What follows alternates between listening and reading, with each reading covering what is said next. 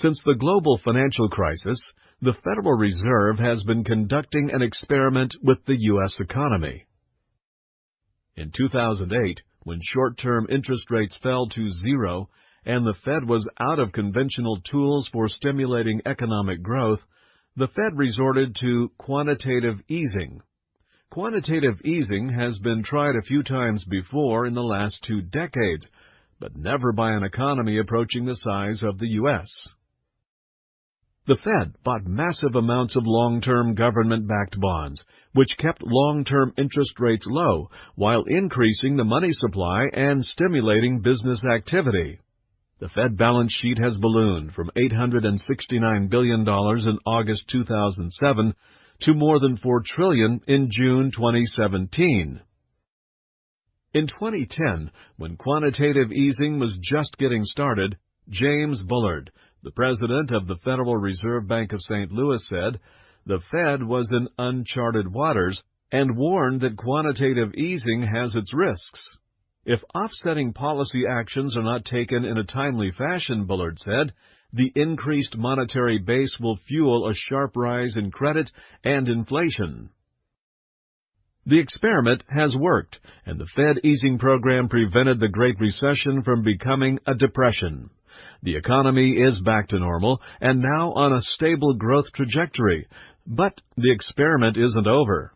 With the June 14 release of the Fed's forecast for the economy through 2019, the quantitative easing program entered a new phase. Now that the economy is back to normal, the Fed is going to start unwinding its huge inventory of long-term bonds, which will raise rates and hurt bond prices.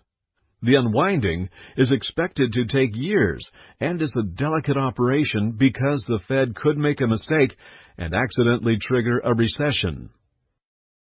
All U.S. recessions since World War II were triggered by the same policy mistake by the Fed. The mistake occurs when the Fed pushes long-term bond interest rates too low versus short-term yields. The differential between short and long-term rates is known as the yield curve. When the yield curve declines to zero and is flat, which is when long-term and short-term rates are the same, or the yield curve turns negative, it causes a recession. Going forward, this is a key data point to watch. If the Fed gets too aggressive unwinding its massive inventory of bonds and flattens the yield curve by raising short-term rates too much or selling bonds so fast as to make long-term rates fall too fast, it could cause a recession and a bear market in stocks.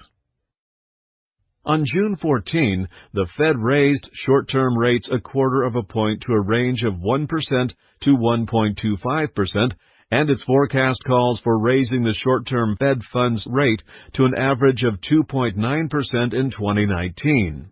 With commensurate hikes expected in long-term rates, the outlook for long-term bonds remains poor. For fixed-income investors, riding the rising rate cycle will mean keeping maturities short. The Fed's latest economic projections offer a glimpse into how the Fed expects the unwinding to go. The Fed on June 14 raised its March projection for growth in 2017 from 2.1% to 2.2%.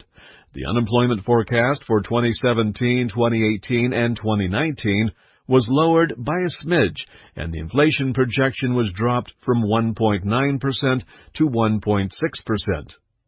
These projections are determined largely by the Fed funds rate, which is how the central bank controls short-term interest rates and where the central bank's policy meets the economy.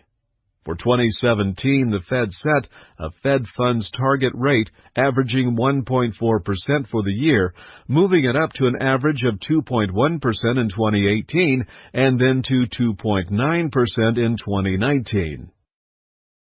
No one can call the stock market, and we could experience a 10 or 15% correction at any time. But it's important to note that, even after the Fed hiked rates, released its latest detailed projections, and gave the market a detailed glimpse into what's ahead, the S&P 500 stayed near its all-time high. Investors have confidence in the Fed's ability to successfully complete this historic experiment using new tools for managing economic cycles. That's progress for civilization.